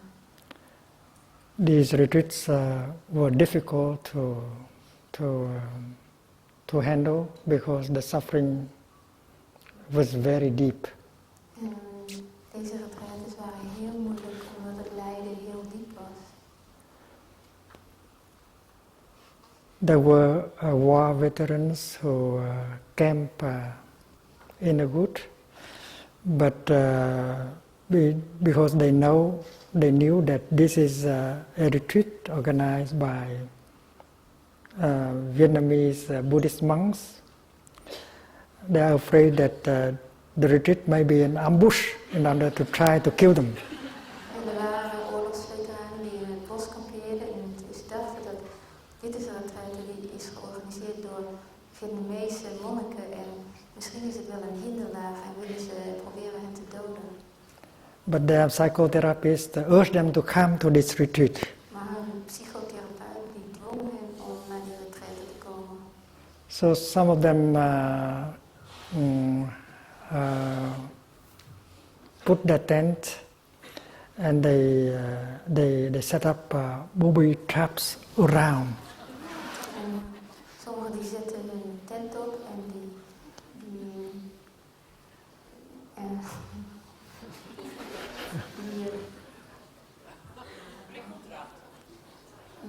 traps. Van die mijnen, die legden mijnen om die tent heen. And they thought that Buddhist monks may be guerrillas, that they may come during the night in order to kill them. En ze dachten dat die boeddhistische monniken wel eens guerrilla's konden zijn die 's nachts zouden komen om hen te doden. And there are those veterans who were afraid to join walking meditation. En dan waren er ook veteranen die te bang waren om mee te doen aan de loopmeditatie. 5 or 6 of them follow us, but 10 meters behind, because they thought that if anything happened, they can run. En 5 of 6 van hen die volgden, maar 10 meter achter de rest, zodat als er iets zou gebeuren, dat ze meteen weg konden rennen. And when they walk slowly like this, they remember the time when they walk in the jungle in Vietnam, where they can get killed by a bomb or a grenade. Als ze zo zachtjes liepen, dan dachten ze terug aan de tijd dat ze in de jungle in Vietnam liepen en dat ze elk moment gedood konden worden door een bom of een granaat. So walking slowly like this remind them of the nightmare that they went through in Vietnam, and that is why walking meditation for them is very difficult. En op die manier langzaam lopen, dat deed hen denken aan de moeilijke tijd die ze in Vietnam hadden gehad. En daarom was loopmeditatie heel moeilijk voor hen. And then we were many monks and nuns and lay people to help the veterans.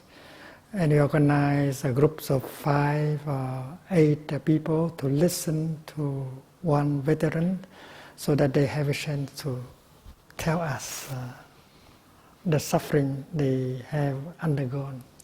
En er waren daar heel veel monniken en nonnen en leken om te helpen. En ze organiseerden groepjes van 5 of 8 mensen om naar 1 persoon te luisteren, zodat ze in staat zouden zijn om het lijden te vertellen wat ze doorgemaakt hadden.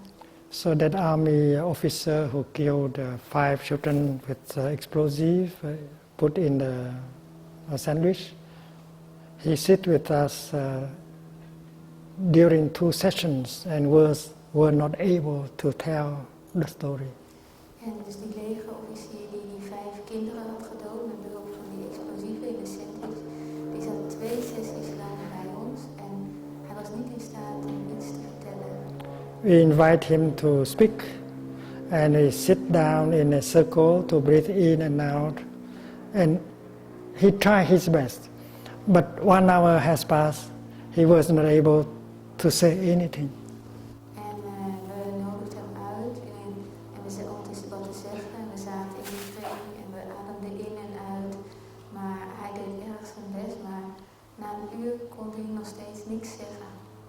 And the same thing is true with the second session. We sit for 1 hour and invite him to speak out. We are ready to listen with compassion, but he could not. En de tweede sessie ging precies hetzelfde. We zaten een uur lang en we nodigden hem met mededogen uit om te spreken, maar hij kon het niet. And finally, he was able to tell the truth to one of us. En uiteindelijk was hij in staat om de waarheid te vertellen aan één persoon van ons. So even if you are ready to listen with compassion, it might not be possible for the other person to tell you the truth. Dus zelfs als jij klaar bent om met mededogen te luisteren, dan is het voor die andere persoon misschien toch nog niet mogelijk om de waarheid te vertellen. You have to be very patient, because patience is a mark of love, true love. En je moet heel geduldig zijn, want geduld is een kenmerk van ware liefde. After that, I myself gave him half an hour of consultation. En daarna gaf hij hem zelf een half uur van persoonlijk gesprek. I said, David, you have killed 5 children. En ik zei, David, je hebt 5 kinderen gedood.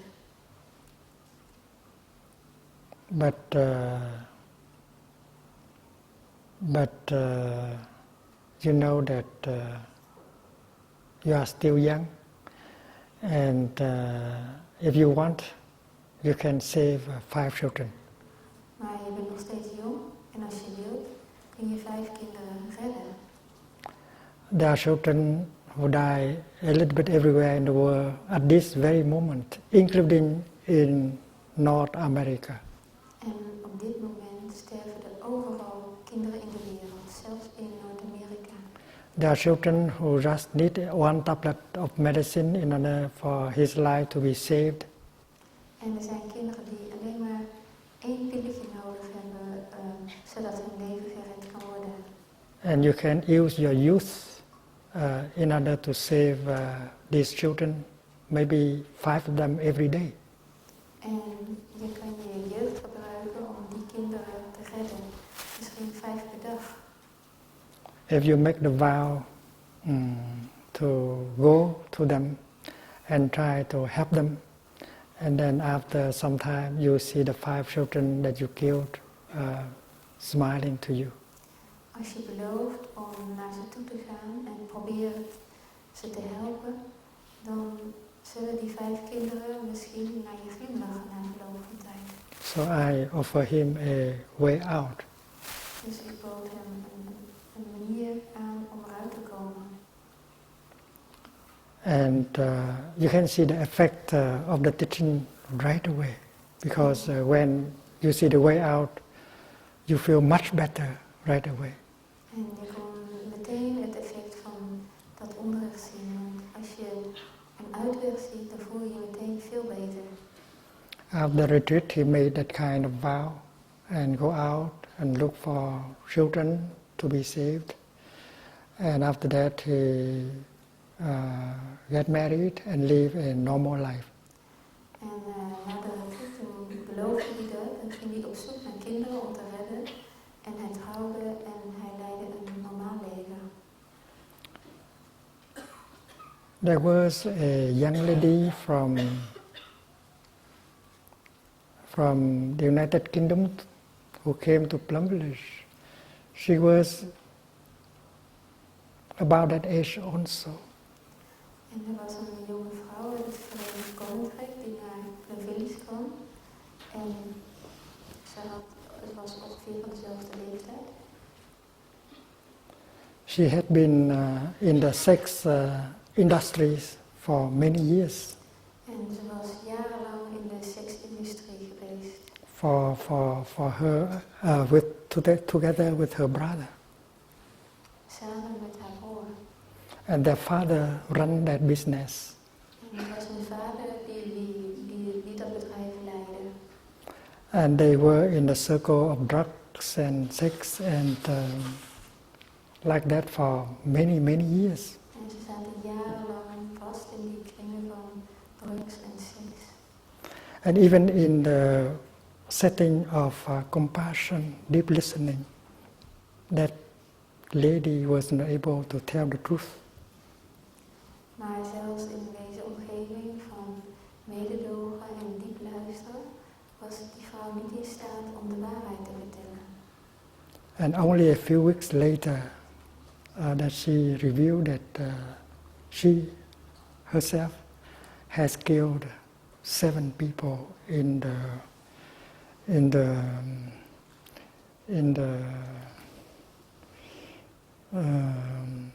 environment of sex and drugs. En een paar weken later, toen kon ze vertellen dat zij zelf 7 mensen had gedood in die omgeving van seks en drugs. And she was one of the lucky people because finally she was able to tell us the truth so that we can find a way to help her. En zij was een van de mensen die veel geluk hadden, want uiteindelijk was ze in staat om ons de waarheid te vertellen, zodat wij de mogelijkheid hadden om een manier te zoeken om haar te helpen. I was one of those who sit in a circle and listen to her. En ik was een van degenen die in die kring zat en naar haar luisterde. And I could see that she tried very hard, but it was not possible for her to say anything. En ik kon zien dat ze heel erg haar best deed, maar dat het niet mogelijk voor haar was om maar iets te zeggen. So my conclusion is that the other person, even if you live with him or her for a long time, may hide a secret, hide a kind of suffering deeply in him or in her. And we have to observe, we have to listen, we have to do our best in order to understand the suffering in him or in her. Otherwise, tomorrow, one day, you will regret. En mijn conclusie is dat, ook al leef je misschien al heel lang met een persoon, dat het mogelijk is dat er een geheim lijden in die persoon is. En daarom moet je proberen om te observeren en te luisteren. En je moet echt je best doen om dat te doen, want misschien komt er anders een dag dat je er berouw van zult hebben.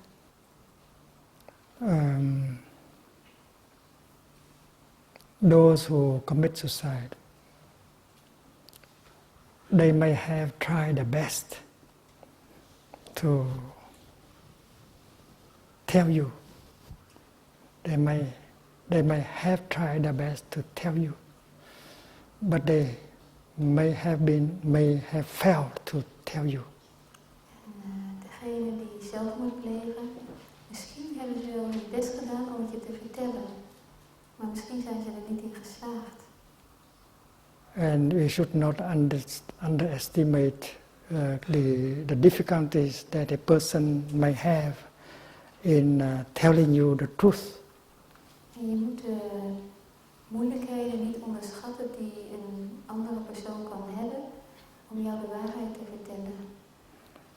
Usually we may get angry at the person who left us by suicide, but if we look deeply, we say that maybe the main cause is that that person was not capable of telling you the truth about his or her suffering.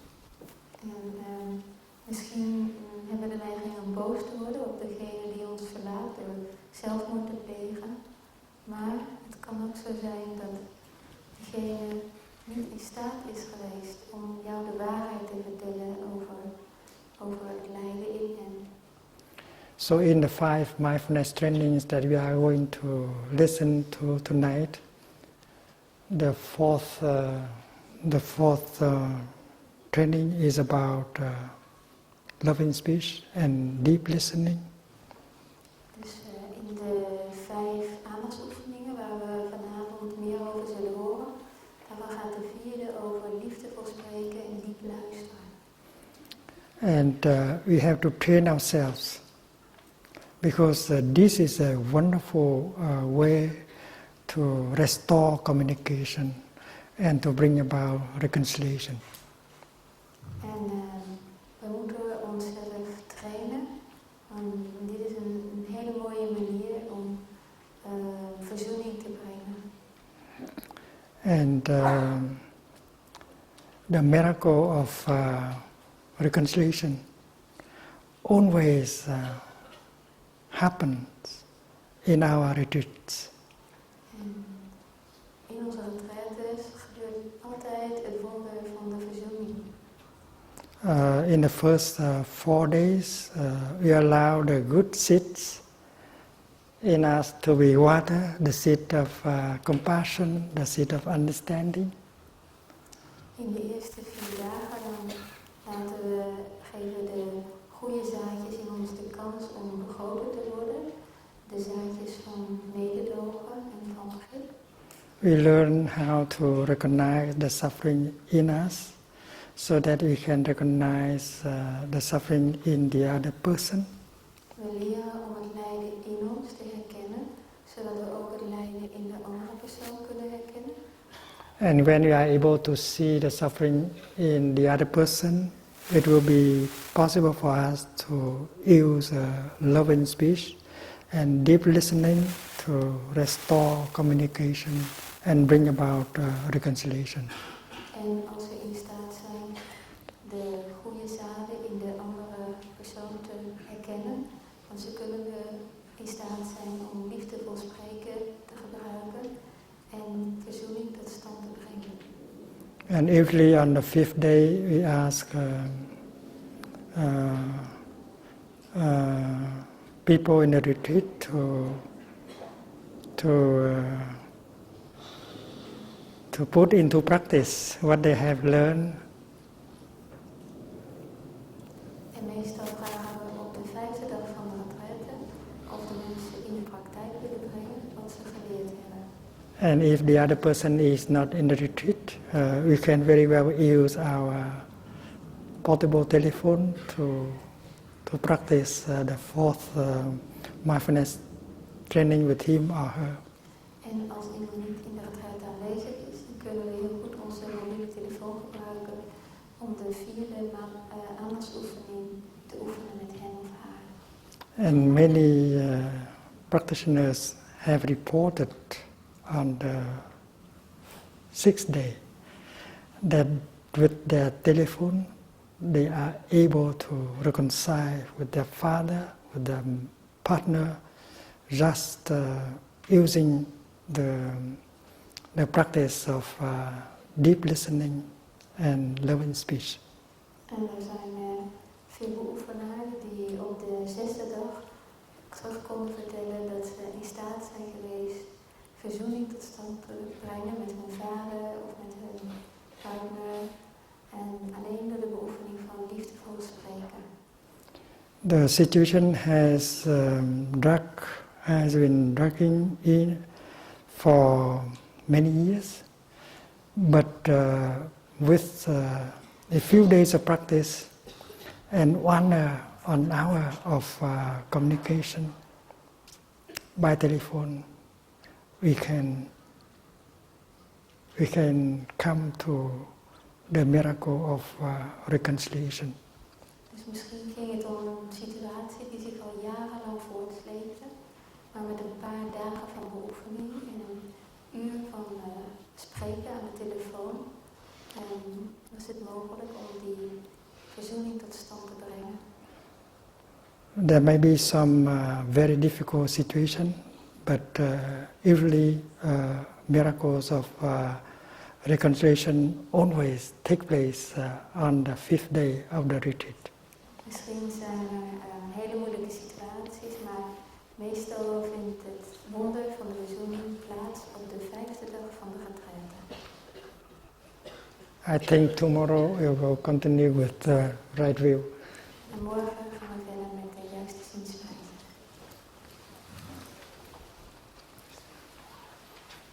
Zo blijf straks nog even zitten voor mededelingen.